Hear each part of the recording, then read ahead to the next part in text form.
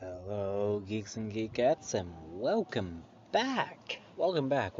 Thank you for dealing with us back about a few weeks ago while we had a full mental breakdown from Sony PlayStation. But we're going to jump into it with this show's The Geeking. So, if your brain is currently leaking out of your ears from the absolute unadulterated circus of corporate greed, comfort, hallucinations, and financial self-immolation over the last 2 weeks, grab a bucket and pull up a chair. We've poured the Vitamix on high, the rant cage is torched and thrown in the dumpster, and the sludge is fully blended. Let's dive into the grease fire. So yeah, oh, and by the way, we got this brand new toy. So here you go. It should be pretty good for the most part. But either way, so let's not sugarcoat it, folks. San Diego Comic-Con just tore through that penultimate week of July like a tornado through a trailer park, leaving a trail of exhausted nerds, maxed out credit cards, and studio executives doing desperate damage control while sweating through their bespoke suits. So, I think the big one to talk about is Marvel. They took over Hall H to map out the next 5 years of multiverse homework, flashing title cards for Avengers Doomsday and dropping two casting bombshells that prove Kevin Feige is mainlining pure desperation. First up, Ryan Gosling is officially sliding into the MCU as the supernatural anti-hero Ghost Rider in a standalone feature film directed by Sean Levy. Locked in for 2028 because nothing says grounded storytelling like Ken riding a flaming chopper. And because Marvel loves trapping you in a narrative basement for a decade, they officially confirmed Black Panther 3 for December 15th, 2028. Ryan Coogler is returning to direct, and David Johnson is stepping up as T'Challa 2. Meanwhile, in San Diego, Johnny Depp decided to terrorize downtown San Diego by appearing in full character as his next band of character misfits, Ebenezer Scrooge. Outside the convention center, no less, it was a deranged guerrilla marketing stunt for his upcoming live-action movie, Ebenezer, hitting theaters this November. Because when your career has been through the absolute meat grinder, nothing screams stable box office rebound like aggressively shouting "bah humbug" at sunburned teenagers trying to buy bootleg anime shirts. DC Studios, by the way, they fired back in Hall H to hype up their upcoming HBO prestige series Lantern, starring Kyle Chandler and Aaron Pierre as gritty interstellar space cops tracking a terrestrial murder mystery complete with a fresh look at Sinestro, like he's about to audit your small business. Guillermo del Toro also made headlines by aggressively tearing into the lazy use of artificial intelligence in filmmaking during a packed industry panel, reminding a room full of tech bro sycophants that computers don't have souls, a concept entirely foreign to the bean counter's greenlighting algorithms. Over on the streaming front, Prime Video debuted a hard-hitting look at the Rings of Power Season 3. Added Simon Pegg to the cast to ensure someone on screen looks appropriately miserable, alongside the awaited neon-drenched first trailer for Blade Runner 2099, starring Michelle Yeoh and Hunter Schafer. That will be coming to us November 25th. Apple TV rolled out John Cena and Jessica Biel to market their live-action toy adaptation, Matchbox, which I'm gonna be honest here for a little bit. It looks bizarre. I have no idea what that has to do with Matchbox as a toy line, but okay, whatever.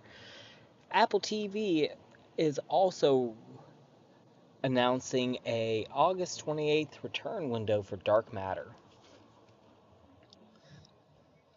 Paramount weighed in with Avatar 7 Havens, detailing a grimmer split timeline continuation from creators Michael Dante DiMartino and Brian, I'm not even gonna try for that last name, while AMC locked down an early season 4 renewal for Interview with a Vampire, because Gothic Bloodsuckers are apparently the only television medium not currently being run by a sentient spreadsheet. Okay, so with that said, I'm gonna go over to the gaming sector. So, and again, I am trying to put about 2.5 months, or not 2.5 months, 2.5 weeks into all this, so bear with me here. There was a lot of news I compiled for this. So, trillion-dollar corporate landlords continue to test our patience, our wallet depth, and our last remaining nerves.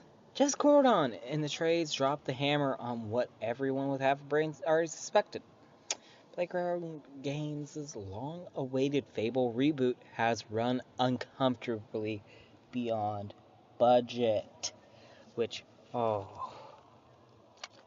like I said, it's just one of those things that's like, And I want to clear up something on the air right now.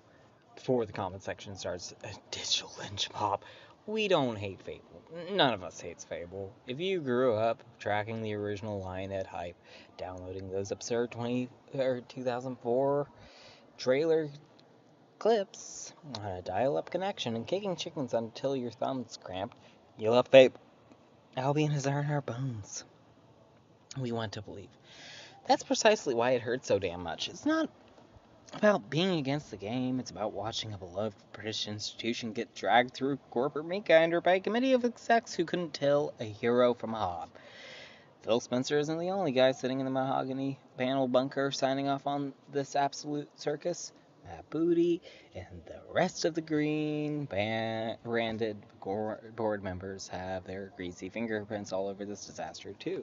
That might include Asha Sharma, for all I care. Playground Games, the studio that built its entire reputation on the sun-drenched tarmac of Forza Horizon, was the one that stepped up to the plate first.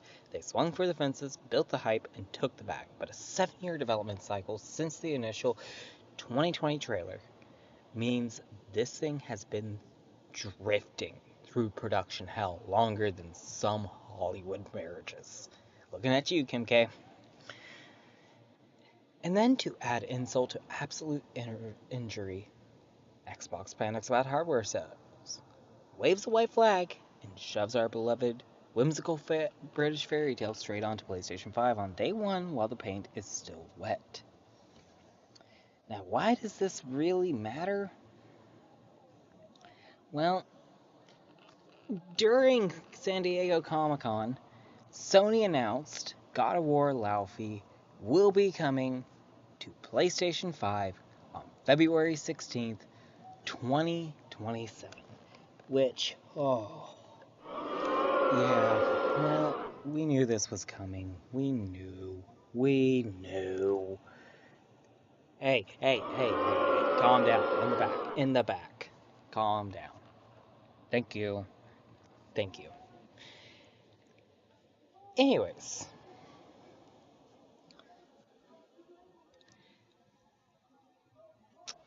And we aren't anti-Fable, but we're also not anti-God or Laufey. We want both games to succeed. We really do. We think that both games have a strong sense of actually competing. At least not with each other. But if it comes down to it, most people are probably going to be picking up God of War Laufey. Meanwhile, Microsoft also rolled out another masterclass in missing the point. A Master Chief-inspired Elite Series 2 controller in dark green. Because when your console hardware sales are flatlining into the dirt, what the consumer really needs is olive drab spray paint slapped onto a thumbstick module that's guaranteed to drift right off the shelf by Labor Day. Portable PC handheld manufacturers are still treating early adopters like absolute lab rats, shipping brick-sized hardware that requires a computer science degree and 3 community hot fixes just to keep a launcher from crashing to desktop while trying to run an indie pixel art platformer. And if you think gaming toxicity is confined to online chat lobbies, you haven't been trapped in a Target electronics aisle at 7 a.m. on a restock day. The trading card market has officially gone feral. Grown adults with maxed out credit card debt and zero social grace are treating local retail shops like post-apocalyptic Thunderdomes over the latest holographic Pokemon expansions, throwing sharp elbows in the cereal aisle against guys who haven't seen a vitamin D molecule since the Bush administration. Leaves a shiny cardboard for the kids, or at least learn how to throw a proper punch if you're going to be camping out by the registers like a goblin. Now, back into the streaming news, where your monthly subscription bill is aggressively outpacing your car insurance and grocery budget combined. Netflix dropped Enola Holmes 3 at the beginning of July to keep the Victorian algorithm belt, while Disney and the gang kept the conveyor belt moving by dumping high-gloss nostalgia bait straight into your queue. X-Men 97 Season 2 continued to melt down the timeline message boards, proving millennials will subject themselves happily to existential cartoon drama, and multiverse continuity headaches just to feel a fleeting drop of dopamine on a Wednesday morning. Developer marketing departments spent the fortnight trying to blind us with a fire hose of YouTube trailers, and Lord almighty, do they love dark gray paint. Every publisher synchronized their watches to drop the exact same game. On an Unreal Engine 5 dark fantasy Souls-like extraction shooter where a faceless protagonist with an oversized sword rolls around endlessly in gray mud where ambient choir music weeps in the background. Is there a single primary color left in the global video game industry? Apparently not, because every studio in California is convinced we want to spend $70 simulating depression. Of course, no news cycle would be complete without a major digital storefront flatlining right when millions of players are trying to download a midnight launch. A major platform went completely belly up this week, locking people out of their digital libraries for hours. And every time this happens, the digital-only corporate evangelists crawl out of the woodwork to lecture us about the cloud, ignoring the simple fact that when data centers go down, your 300-game digital library instantly turns into a row of expensive, useless paperweights. Buy physical media. Protect your local game store. Stop letting corporate landlords rent your own entertainment. Alright. That's the noise. That's the corporate chaff, the calm floor smoke, and the multi-platform betrayal. And before we go, we figured we'd talk to you about a couple things. For one, I want to note we were kind of reading off the script that we had made a week prior, which, I know. Shut up, please. Thank you. Anyways. So, this comes from July. So, hold on. This comes from the last days of July, and I'm going to pull it up because you might be wondering why we haven't been showing you the screen today.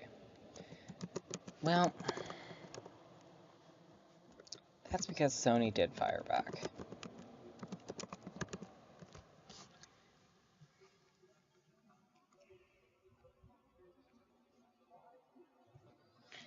And, oh boy, did they fire back.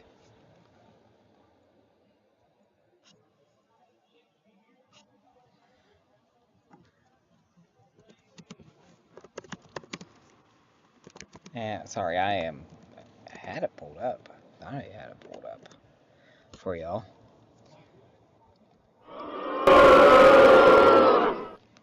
You, back there, shut up, please. Thank you.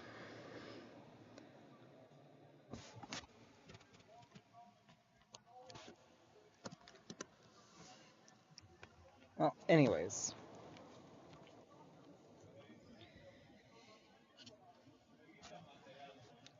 In a very recent interview, we saw this over on IGN the other day. This was, I believe, the last day that we saw this of July, they responded back. They basically said, "Don't even worry about it. We're not even worried about it. We're just gonna go ahead as planned, and everything else like that will be fine." But you know what? We're not gonna rant about it for the third show in a row. So please, no, no, no. Anyways, but however, in other news, we did get a chance to watch the new Spider-Man Brand New Day. A new dawn emerges on the tired web slinger. So this is our critic's quest for it. Oh, Spider-Man. If there was one character I can count on to be churning out decent, if not great content, I am proud to report that the next Spidey movie in the list of Holland movies is actually falling into the latter. It's now 2028 in the MCU, and Spider-Man is still operating incognito. In fact, no one knows who Spider-Man's secret identity is. Meanwhile, mild-mannered Peter Parker is still forgotten after Doctor Strange made everyone forget Peter was the web-slinger. So much so he's resorted to Instagram stalking. However, when a brand new threat, played by Sadie Sink, brings about the end of Peter's peace, Peter starts going through some changes and must learn to once again balance being Peter and Spider-Man. Look, if you're looking at this review thinking, I'm going to tell you who the hell Sadie Sink is, go the other way. But the story does seem a little...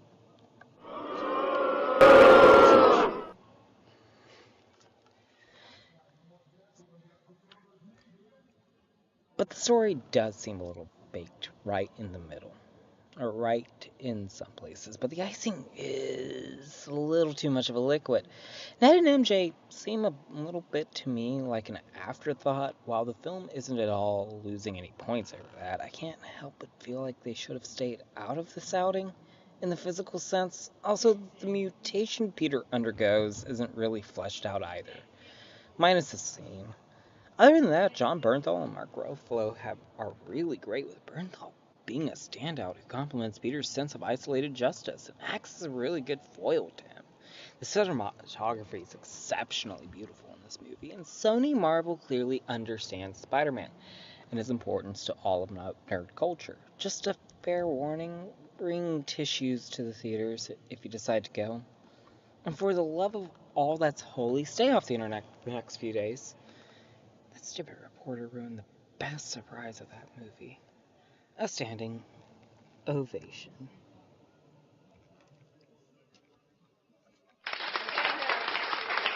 Anyways, that is our critics pick. So, if you like what you see here, we'll be back here in about a week and a half. Yeah, I know that's a quicker turnaround than what we're used to. But what do you expect? For right now, I have been your host, Noah. You have been geeked, and stay geeky, everyone.